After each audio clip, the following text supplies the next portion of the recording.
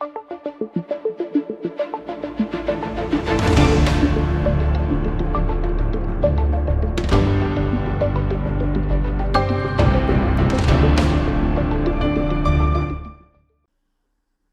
से नेटवर्क के सभी दर्शकों, श्रोताओं और प्रशंसकों का स्वागत है।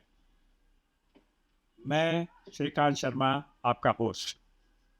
नमस्कार। आज हम उन लोगों के मुख से सुनेंगे जो लोग बिहार छोड़कर बिहार से बाहर अपना भविष्य बनाने, अपने भविष्य के बारे में कुछ सोचने, जिसे हम पलायन भी कह सकते हैं। पलायन हो सकता है कि थोड़ा हार्ड शब्द हो, लेकिन पलायन तो पलायन है। हमारे साथ स्टूडियो में हैं श्री रंजीत कुमार, बिहार से हैं, वरिष्ठ पत्रकार। रंजीत जी, हमारे श्रोताओं का आप अभिवादन करेंगे। नमस्कार। हम ये जानना चाहते हैं कि जब आपने बिहार छोड़ा तो अभी कितना बिहार आपके दिल में बसा हुआ बाकी है? देखिए, मूल रूप से मैं बिहारी हूँ और बिहार के लोगों का जो स्वभाव होता है, जो संस्कृति होती है, वो मेरे में पूरी तरह मौजूद है। कहीं किसी भी तरह से उसमें कमी नहीं आई। लेकिन साथ में, क्योंकि मैं ये जानने में ज़्यादा इंटरेस्टेड हूँ कि बिहार के बारे में बताते हैं कि वहाँ आम आदमी परेशान है, गरीब है, और उसको आ, अंधेरा दिखाई देता है, अपनी प्रगति का कोई रास्ता उसे दिखाई नहीं देता। आपके अनुसार देखिए आपके अनुसार वहाँ स्थिति क्या है? देखिए बिहार के विकास के लिए जो कदम उठाए जाने चाहिए थे, आधुनिक आधुनिक औद्योगिक दुनिया के अनुरूप जो कदम उठाए जाने चाहिए थे, बिहार की सरकारों ने उन पर विशेष ध्यान नहीं दिया। और यही वजह है कि जो बिहार के जो शिक्षित युवक हैं, उन्हें रोजगार के समुचित मौके नहीं मिल रहे हैं। इसलिए उनके मन में एक निराशा की भावना रहती है। उन्हें राज्य छोड़ करके बाहर जाना पड़ता है, अपने देश के बाहर, अपने देश के भीतर दूसरे राज्यों में, और कई बार तो वो विदेशों में भी चले जाते हैं।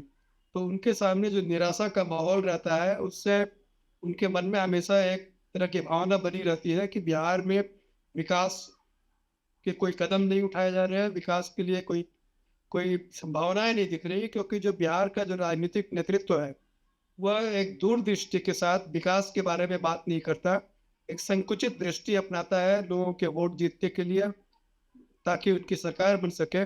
लेकिन जो दूरदृष्टि से जो योजनाएं बनाई जानी चाहिए बिहार के विकास के लिए, बिहार के युवकों को रोजगार के समुचित मौके के लिए, बिहार में जिस तरह से समृद्धि लाने की जरूरत है, बिहार में जिस तरह से जो संसाधन है उनका समुचित उपयोग नहीं हो रहा है। तो इन सब का एक सामूहिक तौर पर जिस तरह से बिहार के जो नेतृत्व वर्ग है, जो राजनीतिक नेतृत्व है बिहार का, उनको सोचना चाहिए कि बिहार के विकास के लिए, बिहार के समग्र समग्र समृद्धि के लिए और बिहार के समग्र कल्याण के लिए क्या समुचित कदम उठाए जाने चाहिए। इसकी कमी बिहार के युवक हमेशा देखते हैं, और इसीलिए उनके मन में एक निराशा की भावना रहती है, और वे राज्य छोड़ करके दूसरे राज्यों में जाने को विवश हो जाते हैं। रंजीत कुमार जी, आपका बिहार कितना आना जाना रहता? देखिए, बिहार साल में एक दो बार तो आना जाना हो ही जाता है, लेकिन इधर कुछ कम गया है। परिवार अब सारा इधर दिल्ली में ही रहता है, तो इसलिए स्वाभाविक तौर पर कुछ संपर्क कम हो गया है। लेकिन बिहार के लोगों से, बिहार में हमारे पुराने दोस्त हैं, बचपन के दोस्त हैं, उनसे संपर्क बना रहता है, उनसे बातचीत होती रहती है। तो बिहार से संपर्क, पूरी जो जो भावनात्मक संपर्क है, जो सांस्कृतिक संपर्क है, वो पूरी तरह बना रहता है। आपने बिहार की प्रगति में सरकारों की नियत को, क्योंकि कई सरकारें आई और गई, सरकारों की नियत को रोड़ा बताया, उनको दोष दिया। क्या इसमें आम आदमी का भी कहीं दोष है? बिहार प्रगति नहीं कर पाया अब तक? देखिए, बिहार के आम आदमी के सामने जो राजनीतिक विकल्प आएंगे, उसी के अनुरूप वो फैसले लेंगे। उनके सामने कोई बेहतर विकल्प नजर आएंगे, तभी तो वो एक समुचित अ, तौर पर कोई फैसले ले सकेंगे। जो सीमित विकल्प उनके सामने पेश होते हैं, उनकी मजबूरी होती है कि उन्हीं में से किसी एक को चुने और सरकार बनाने का मौका दें। लेकिन जो भी पक्ष सरकार बनाता है, वो अपनी सरकार के स्थायित्व को अस्थायी स्वरूप प्रदान करने के लिए हमेशा जोड़ तोड़ करने में लगा रहता है, सरकार बचाने की कोशिश में लगा रहता है। और सरकार चलाने के नाम पर जिस तरह से भ्रष्ट आचरण का व्यवहार उनके बीच हम देखते हैं, जिस तरह से जातिगत राजनीति के जरिए अपनी को राजनीतिक तौर पर अपना राजनीतिक अस्तित्व बनाए रखने की कोशिश करते हैं। तो इन सब वजहों से बिहार के विकास के बारे में उन्हें सोचने का मौका नहीं मिलता, या हम कह सकते हैं कि उनमें एक ऐसा विजन नहीं है जिसको लेकर के वो आगे बढ़ सके। बिहार के युवकों के लिए, बिहार के जो शिक्षित युवक हैं, जो उन्हें समुचित मौके प्रदान करने के लिए जो कदम उन्हें उठाने चाहिए, जो विकास की जो प्रक्रिया उन्हें अपनानी चाहिए, वो इस बारे में समुचित तौर पर नहीं सोच पाते। देखिए, बिहार का विभाजन जब हुआ, झारखंड राज्य जब अलग बना, तो जो प्राकृतिक संसाधन थे वो बिहार के से बाहर निकल गया। बिहार के जो खाते में जो हिस्सा पड़ा, उसमें से प्राकृतिक संसाधन दूर हो गया। तो बिहार के नेताओं को देखना चाहिए कि बिहार का विकास किस तरह हो सकता है। देखिए, बिहार में जो अ, सांस्कृतिक विरासत और जो ऐतिहासिक विरासत बिहार को मिली है, जिस तरह से बिहार में धार्मिक जो स्थल है, बौद्ध धर्म के, हिंदू धर्म के, जो जो विश्व स्तर पर जाने जाते हैं, तो उनका पर्यटन के लिए जो समुचित तौर पर दोहन जिस तरह से किया जाना चाहिए था, वो बिहार के नेताओं में वो दूरदृष्टि नहीं दिखती, वो विजन नहीं दिखता कि कैसे इनका लाभ हम बिहार के आर्थिक विकास के लिए उठाएं।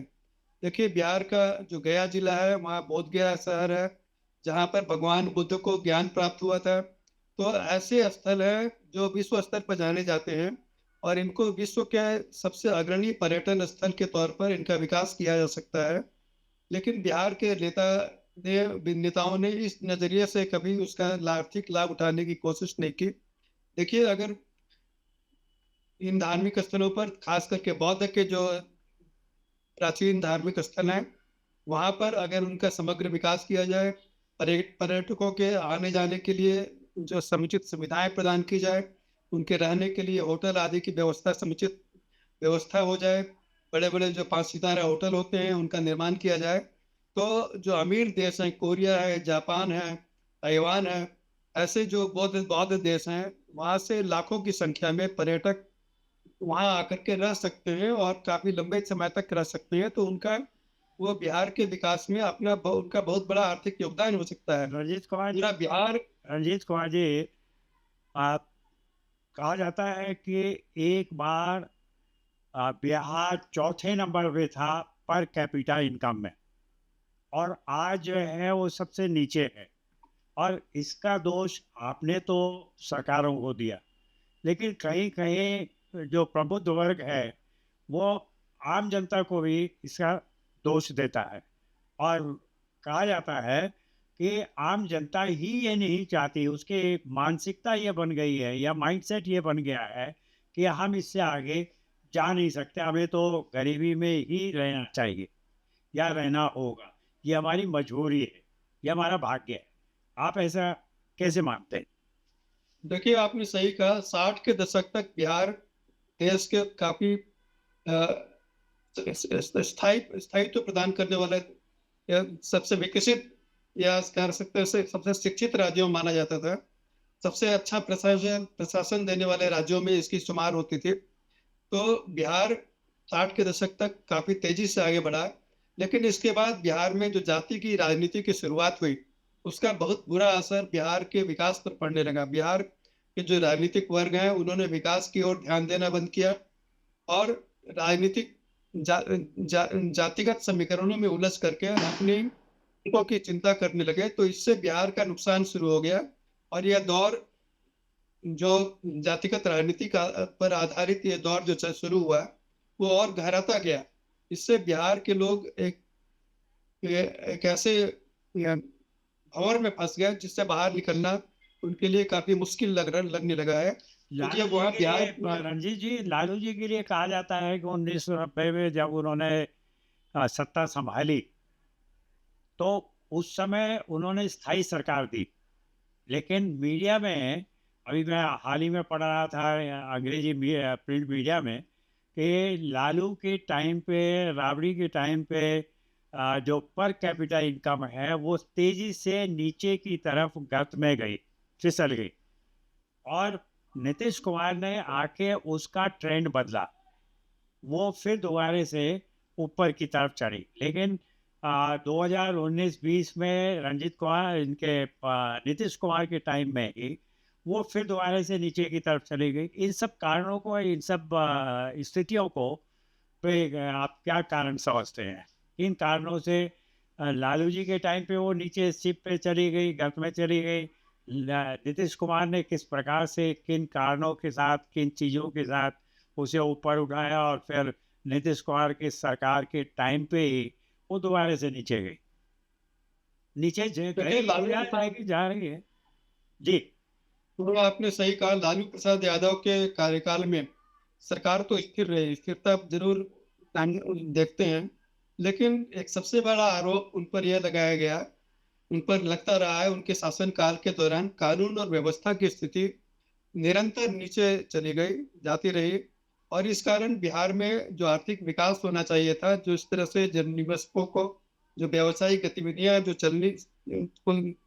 चलनी चाहिए थी, वो जोर नहीं पकड़ सकी, क्योंकि जो वहाँ के एक ऐसा वर्ग वहाँ पनपने लगा जो व्यावसायिकों के आर्थिक दोहन के लिए हमेशा जाना जाता रहा। वो व्यावसायिकों को किस तरह से लूटा जाए, उन्हें किस तरह से उनका आर्थिक शोषण किया जाए। तो बिहार का जो व्यावसायिक वर्ग है वो भी पलायन करके बिहार से बाहर जाने लगा। तो बिहार में निवेश के नाम पर जो भी हो सकता था वो उसे असंभव बना दिया गया।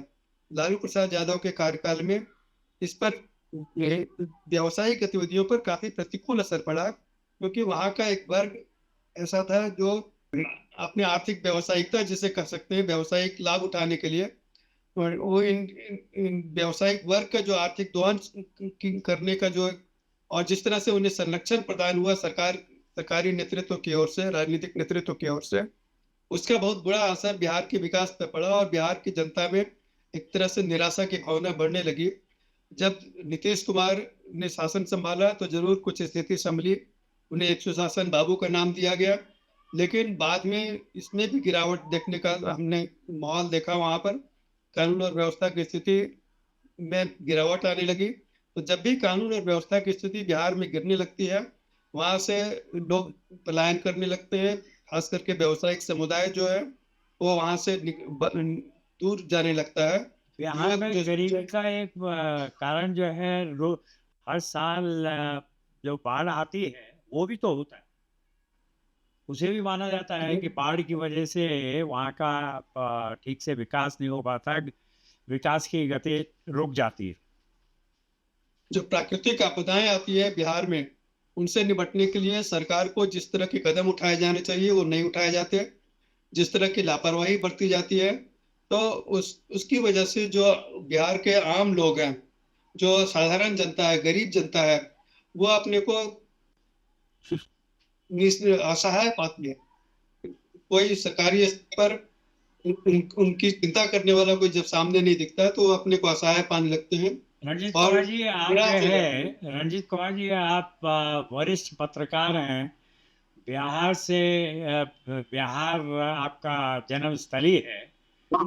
आप प्रबुद्ध वर्ग से होते हुए आप ये बताएं कि आपकी कल्पना का बिहार किस प्रकार का आपकी कल्पना में है?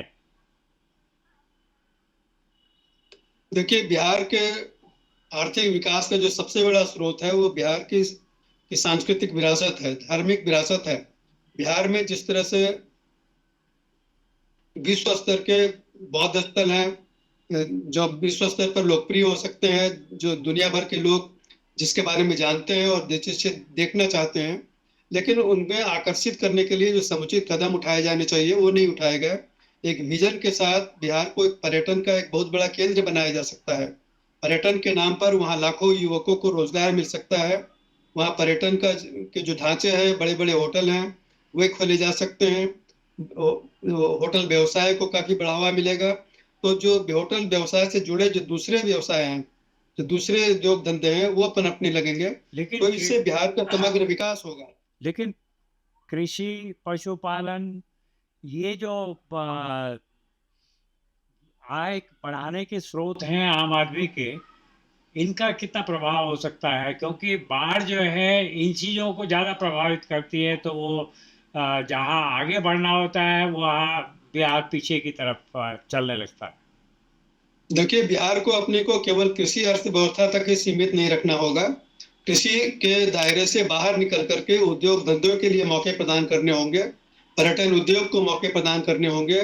जो शिक्षा व्यवसाय है, जो एजुकेशनल संस्थान है, शैक्षणिक संस्थान है, उन्हें जो बिहार में काफी एक जमाने में काफी प्रसिद्ध होते थे, देश के नाम, देश भर में उनका नाम होता था। बिहार के कई स्कूल और कई कॉलेज जो है, उनकी काफी ख्याति होती थी पूरे देश भर में। वे सब आज काफी हद तक पर काफी बिहार की राजनीति का प्रतिकूल असर पड़ा है, और वे विकास आगे बढ़ने के बजाय पीछे की ओर जा रहे हैं। रंजीत तो कुमार जी, मेरा अंतिम प्रश्न है कि आम जनता इन आने वाले चुनावों में क्या सोचकर, किस तरह के क्राइटेरिया में अपना वोट दे, क्योंकि ये उनके भविष्य से जुड़ा हुआ है। देखिए, बिहार में जो सत्ता पक्ष और जो प्रतिपक्ष के लोग हैं, वह किसी एक विजन के साथ नई सरकार बनाने की बात मैंने अभी तक नहीं देखी है उनमें। बिहार के विकास के लिए क्या करना चाहिए? मेरे नजरिए से बिहार के विकास में पर्यटन उद्योग का सबसे बड़ा योगदान हो सकता है, क्योंकि बिहार के पर्यटन क्षेत्रों को, जैसे बोध गया है, नालंदा है, पावापुरी है, इन सब क्षेत्रों का यदि समुचित विकास किया जाए तो इनके बल पर न केवल बिहार बल्कि पूरे देश को फायदा हो सकता है। क्योंकि इन धार्मिक और सांस्कृतिक स्थलों को देखने के लिए दुनिया से लाखों की संख्या में लोग हर साल आ सकते हैं, मैं जो तो बात बिहार कर इनसे रहा वंचित हो रहा है। मैं चुनावों की बात कर रहा हूँ। चुनाव दस्तक दे रहे हैं, सारी जो पॉलिटिकल पार्टीज हैं अपने अपने दावे कर रही हैं और प्रलोभन के वायदे कर रही हैं। तो वोटर जो है वो क्या चीज़ देखे, किस तरह के अपने वोट डालने से पहले किस प्रकार से विचार करे, किन उम्मीदवारों को वो अपना वोट दे? देखिए, मतदाताओं के सामने जो विकल्प है वो बहुत ही निराशाजनक विकल्प पेश किए जा रहे हैं। उनके सामने बड़े बड़े वादे किए जा रहे हैं, रोजगार के बड़े बड़े वादे किए जा रहे हैं, लेकिन रोजगार प्रदान करने के लिए वो क्या ठोस कदम उठाएंगे, ये नहीं कहा जा रहा है। सरकारी नौकरी देंगे तो सरकारी नौकरी या असीमित संख्या में तो नहीं हो सकती।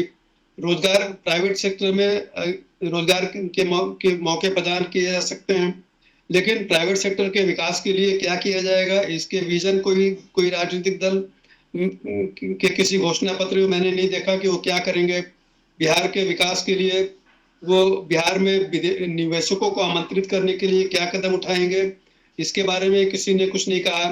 तो बिहार के जो मतदाता है, उनके सामने बड़े सीमित विकल्प हैं।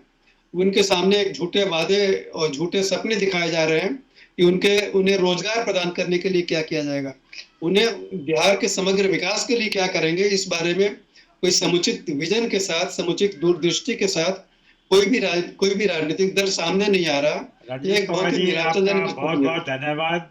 आप हमारे स्टूडियो में आए और बिहार धन्यवाद। सेन नेटवर्क के दर्शकों को, श्रोताओं को, प्रशंसकों को बिहार के संबंध में बहुत अच्छी जानकारी दी। आपका बहुत बहुत धन्यवाद। धन्यवाद।